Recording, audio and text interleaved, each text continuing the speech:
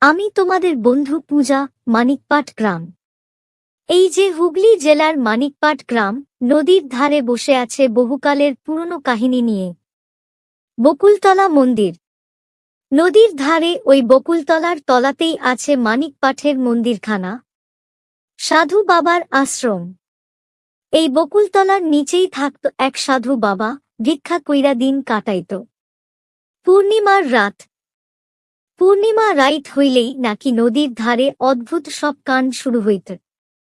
সোনার গরুর আবির্ভাব। বড় ডঙ্গল দিক থেইকা ওই রাইতে বেরোইত একখান সোনার গরু। সাধুর লোভ।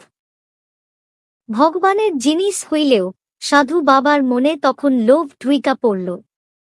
গরু দান। পরের দিন গ্রামে এক গরিব ঘরের হাতে একখান গরু দিয়া দিলেন সাধু। শর্তের ঘোষণা, কুইল এই গরুর দুধ মানুষ খাইবা না, সব দুধ বাছুরেরই হক। শর্ত ভঙ্গ। কিন্তু একদিন লোভ সামলাইতে না পাইরা বউটা দুধে মুখ দেল। পূর্ণিমার লড়াই। পূর্ণিমা রাইতে নদীর চরে শুরু হইল সোনার গরু আর বাছুরের মারামারি। বাছুরের মৃত্যু। দেখা গেল মারামারির শেষে বাছুরটা আর উঠল না। অভিশাপ।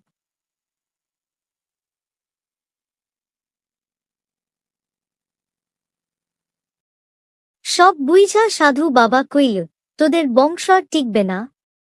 রহস্যময় সমাপ্তি।